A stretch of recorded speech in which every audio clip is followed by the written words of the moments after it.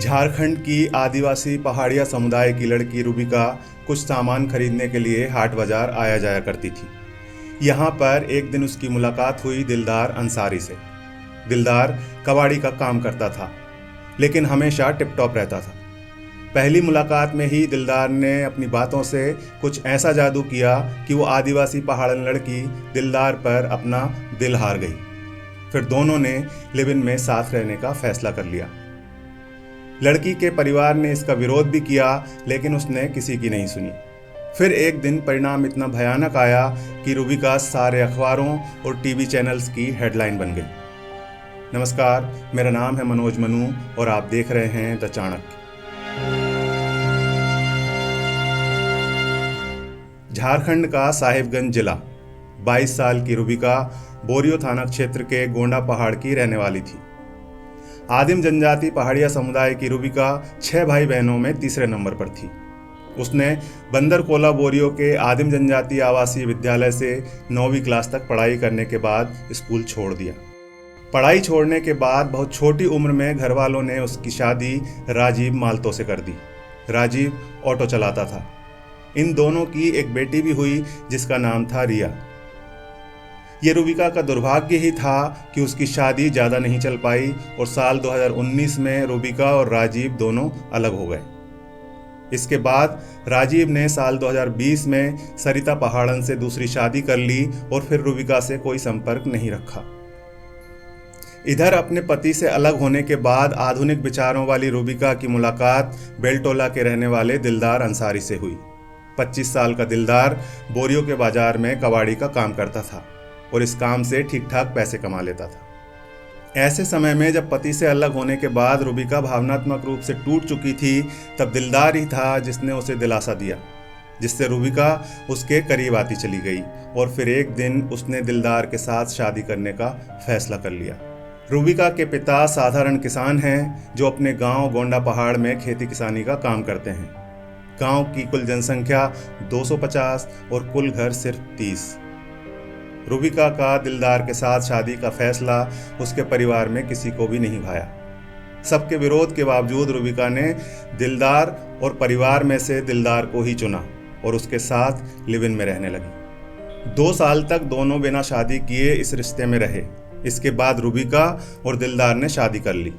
शादी के बाद रूबिका अपने ससुराल नहीं गई। कारण ये था कि दिलदार पहले से शादीशुदा था और उसकी पहली पत्नी उसके माँ बाप के साथ ही रह रही थी। दिलदार के परिवार को रूबिका और उसका रिश्ता मंजूर नहीं था, इसलिए वे उसे अपने साथ रखने के लिए तैयार नहीं थे। दिलदार और रूबिका ने एक कमरा किराए पर लिया और एक गैस चूल्हा और कुछ बर्तन लेकर वहां रहने लगे। रूबिका और दिलदार को साथ रहते हुए 4 दिन ही बीते थे कि एक दिन दोनों अचानक वहां से गायब हो गए। कमरे में ताला लगा हुआ था। मकान मालकिन हेमंती मुर्मू ने जब कमरे का ताला तोड़कर देखा तो वहाँ कुछ भी नहीं था। फिर शादी के लगभग 1 महीने बाद रूबिका मिली, लेकिन टुकड़ों में। इतने टुकड़ों में कि जब रूबिका के इन टुकड़ों को पोस्टमार्टम के लिए लाया गया तो उन्हें देखकर डॉक्टर्स और दूसरे सहयोगी भी सिहर उठे, बावजूद इसके कि वे सालों से पोस्टमार्टम करते आ रहे थे। इन टुकड़ों को जोड़कर इंसानी आकार देने में उन्हें कई घंटे लग गए, फिर भी लाश के कुछ हिस्से गायब थे। असल में हुआ ये था कि 17 दिसंबर 2022 शनिवार को बोरियो संथाली पंचायत में आंगनवाड़ी केंद्र के पास कुछ कुत्ते इंसानी मांस के टुकड़ों के लिए लड़ाई कर रहे थे। जब इस गांव के लोगों ने इसकी खबर मुखिया के बेटे मनोज दास को दी तो उन्होंने पुलिस को सूचना कर दी। जैसे ही ये सूचना पुलिस को मिली तो पुलिस तुरंत हरकत में आई। छानबीन हुई तो पता चला कि जहां मानव शरीर के टुकड़े मिले थे उससे करीब 300 मीटर दूर बंद पड़े एक मकान में और कुछ इंसानी अंग पड़े हुए हैं। इनमें से कुछ टुकड़े फर्श पर बिखरे पड़े थे, जबकि कुछ टुकड़े बोरी में रखे हुए थे।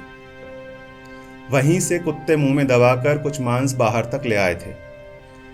मृतका की पहचान बोरियो के ही गोंडा पहाड़ पर रहने वाली रूबिका पहाड़िया के तौर पर हुई। पुलिस ने रूबिका के पति दिलदार अंसारी, ससुर मुस्तकीम अंसारी, सास मरियम खातून, दिलदार की पहली पत्नी गुलेरा, दिलदार के भाई मेहताब, आमिर और बहन सरेजा खातून को हिरासत में लेकर पूछताछ की। पूछताछ में पता चला कि रूबिका की पहले गला दबाकर हत्या की गई और उसके बाद शव को ठिकाने लगाने के लिए उसके कई टुकड़े किए गए। शव की पहचान न हो सके इसलिए सिर को धड़ से अलग करने के बाद सिर के भी कई टुकड़े किए गए। इसके बाद इन टुकड़ों को जहां तहां फेंक दिया गया। आरोपियों की गिरफ्तारी के बाद रूबिका हत्याकांड पर से धीरे धीरे पर्दा हटता चला गया। दिलदार के घर वाले रूबिका के साथ शादी करने से खुश नहीं थे। इसके बावजूद भी वे किराए के मकान में जहां दिलदार और रूबिका रह रहे थे वहां गए और उन दोनों को घर ले आए। यहाँ घर वालों ने दिलदार के दिमाग में नफरत का जहर भरना शुरू कर दिया। घर वाले रोजाना उसे रूबिका के खिलाफ भड़काते थे। उसकी पहली पत्नी ने भी झगड़ा करना शुरू कर दिया था, जिसके चलते दिलदार दबाव में आने लगा। आरोपी दिलदार अंसारी और उसके परिवार के सदस्यों का 16 दिसंबर शुक्रवार की रात 22 साल की रूबिका पहाड़न से झगड़ा हुआ। गुस्से में आकर इन लोगों ने उसकी जान ले ली। इस काम में दिलदार की मां मरियम खातून ने अपने भाई यानी दिलदार के मामा मोइनुद्दीन हक को भी शामिल कर लिया। मोइनुद्दीन ने अपने दोस्त मैनुल अंसारी को 20,000 रुपये दिए और उसे भी अपने साथ मिला लिया। इन लोगों ने रूबिका के शरीर के लगभग 50 टुकड़े किए और ठिकाने लगा दिए।